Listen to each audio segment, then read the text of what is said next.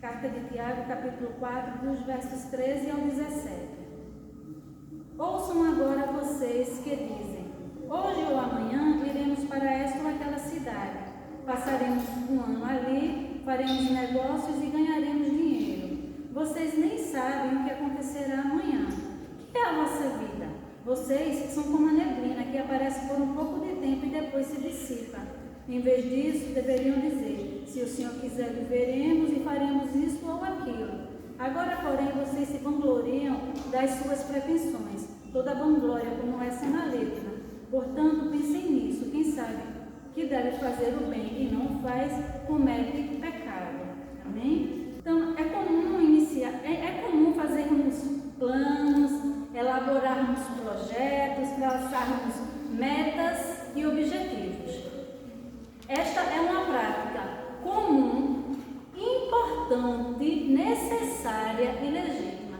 E o próprio Senhor Jesus, ele nos alerta quanto à importância de fazermos o planejamento, de nos planejarmos. Em Lucas, no Evangelho escrito pelo médico e evangelista Lucas, no capítulo 14, dos versos 28 ao 30, estão registradas as palavras do próprio Senhor Jesus, que diz: qual de vocês, se quiser construir uma torre, primeiro não se assenta e calcula o preço para ver se tem dinheiro suficiente para completá-la?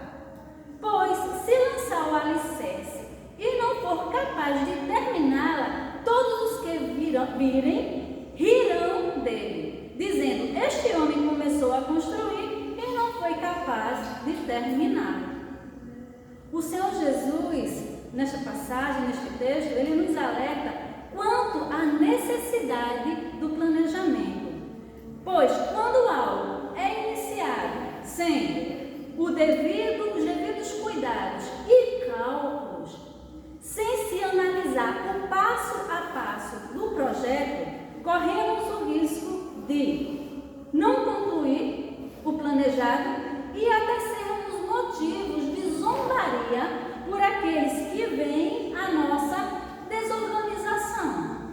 Portanto, nós precisamos planejar nossos alvos com zelo e análise profunda. Porém, a passagem que nós lemos inicialmente de Tiago, da carta de Tiago, no capítulo 4, dos versos 13 ao 17, nos ensina que precisamos atentar para algo fundamental, primordial nos nossos projetos, e que nós iremos discorrer no decorrer desta breve mensagem. E embora Tiago estivesse falando para um grupo bem específico naquela ocasião, homens de negócios, possíveis comerciantes, negociantes, pessoas abastadas, pessoas de dinheiro, de uma condição financeira elevada. Mas a palavra também se aplica para um público em geral, para nós. E nós somos convidados a extrair algumas lições desta passagem da carta de Tiago. E a primeira lição que a gente pode extrair desta perícope, deste trecho que nós lemos inicialmente, de Tiago 4, do 13 ao 17, se encontra no versículo 13, acerca de um planejamento autoconfiante, quando ele disse: ouçam agora vocês que dizem: hoje ou amanhã iremos para esta ou aquela cidade, passaremos um ano ali, faremos negócios e ganharemos dinheiro. Nós observamos aqui planejadores autoconfiantes que decidem aonde e quando irão, quanto tempo permanecerão e que têm a certeza absoluta da obtenção de lucros. Meus irmãos, a autoconfiança, ela é decepcionante.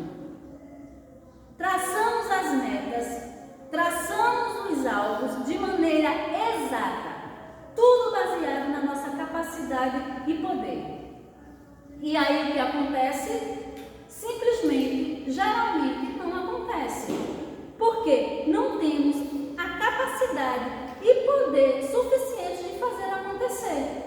O pecado dessas pessoas a quem Tiago se dirige não era o fato de planejar o futuro. Não era esse o problema quando eles disseram: iremos para tal cidade, passaremos um ano ali, faremos ganharemos dinheiro.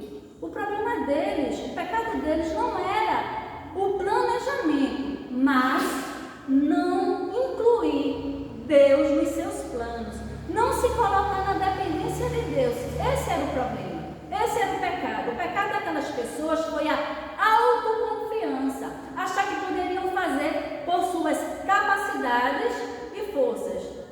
Precisamos atentar de não cair no erro de um planejamento autoconfiante, sem levar em conta que a nossa vida depende de Deus, que a nossa vida está nas mãos de Deus, que é Deus quem faz acontecer, é Ele quem nos capacita e nos dá força. De acordo com a segunda carta aos Coríntios, no capítulo 3, versículo 5, que diz: não sejamos capazes por nós de pensar alguma coisa como de nós mesmos, mas a nossa capacidade vem de Deus, é Ele quem nos capacita. E uma outra coisa que nós aprendemos nesta perícope, neste texto de Tiago 4, do 13 ao 17, é a incerteza do futuro. Quando ele fala aqui no versículo 14 do capítulo 4, vocês nem sabem o que acontecerá amanhã. O que é a vossa vida? O que é a sua vida? Vocês são como a neblina, vocês são como um vapor que aparece por um pouco de tempo e depois se dissipa, se desvanece, desaparece.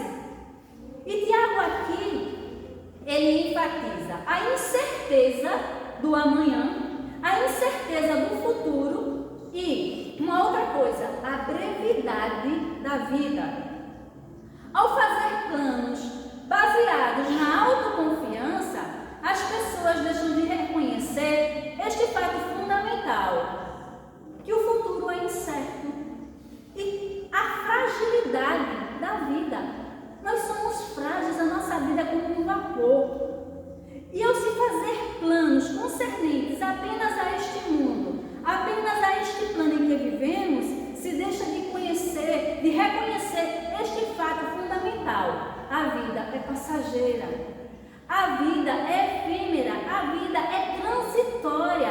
Estamos hoje aqui, irmãos. Podemos não estar daqui a alguns segundos, minutos, dias. Dizemos assim, próxima quinta, próximo domingo. Mas nós não sabemos. Tanto a nossa vida, ela é passageira, é como a neblina, como vivemos ante a incerteza do futuro. No Salmo 39, versículo 5, o salmista diz: deste aos meus dias o comprimento de um palmo, a duração da minha vida é nada diante de ti. De fato, o homem não passa de um sopro. Irmãos, tantas coisas acontecem de forma imprevista e terminam por obstruir os nossos planos, os nossos projetos, os nossos sonhos. É uma enfermidade que nos pega de assalto, de surpresa. E aí, planos e projetos são desfeitos. É uma dificuldade financeira.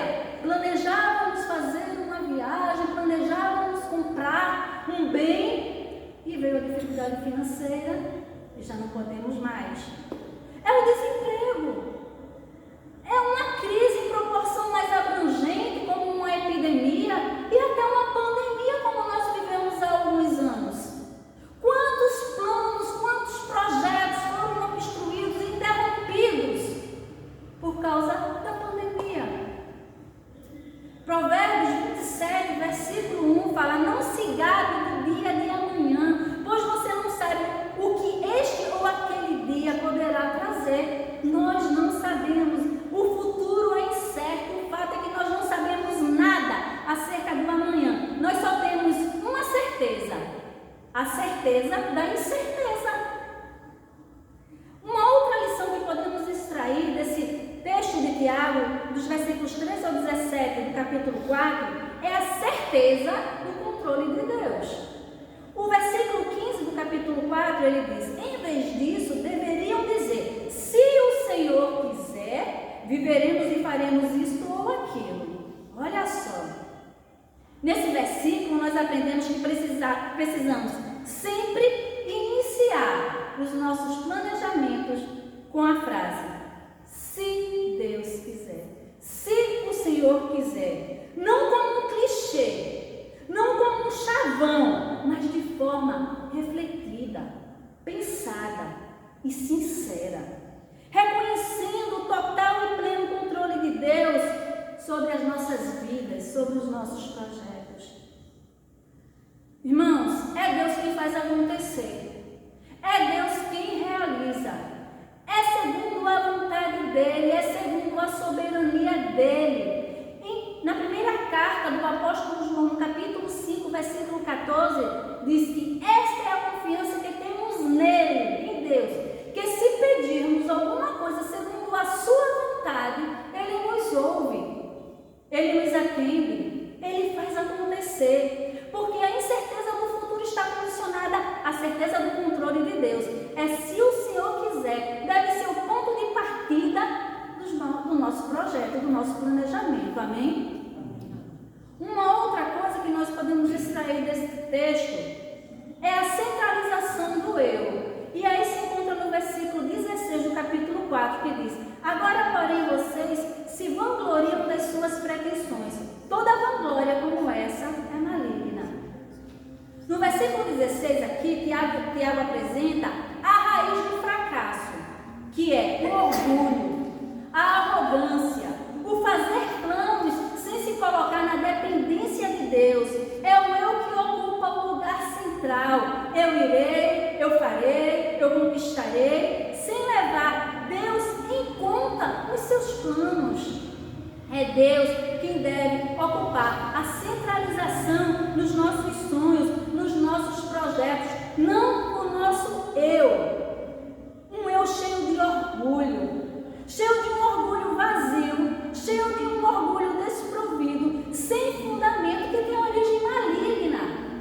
Na primeira carta aos Coríntios, no capítulo 1, versículo 31, diz que quem se gloria, glorie-se no Senhor. É nele que devemos nos gloriar. E uma outra lição extraída de Tiago, capítulo 4, dos versos 13 ao 17, é que os pecados de omissão são tão danosos quanto os pecados de comissão. Comissão aqui no sentido do ato de cometer, ato de fazer. E o versículo 17 fala aqui: portanto, pensem nisto, quem sabe que deve fazer o bem e não o faz, comete pecado.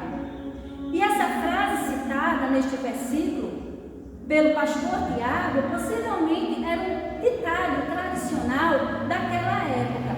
E é possível que Tiago tenha registrado este ditado como um incentivo a que se faça o bem que ele acabara de transmitir, de ensinar, de recomendar.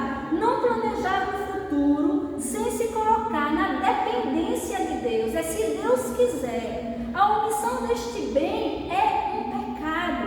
A partir do momento que é apresentado de forma clara o que se deve fazer, como se deve agir, a pessoa que sabe o que é certo e não faz, comete o pecado da omissão. Omissão, um pecado tão danoso, tão real quanto o pecado da comissão, ou seja, do ato de fazer, de agir, da má ação.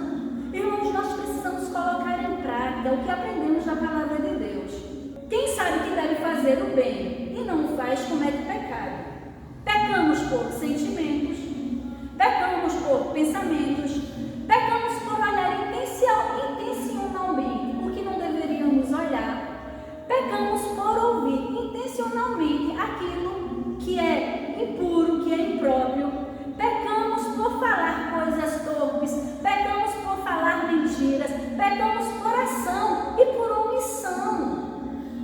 Que façamos planos não baseados na autoconfiança, mas reconhecendo a incerteza do amanhã, crendo no total controle de Deus na história, abstraindo, retirando nossa arrogância e fazendo o que devemos fazer, que é depender de Deus, pois a incerteza do futuro está condicionada à certeza do controle de Deus. Em Provérbios 16, versículo 1, fala que ao homem pertencem os planos do coração, mas do Senhor vem a resposta da boca, vem a resposta da língua.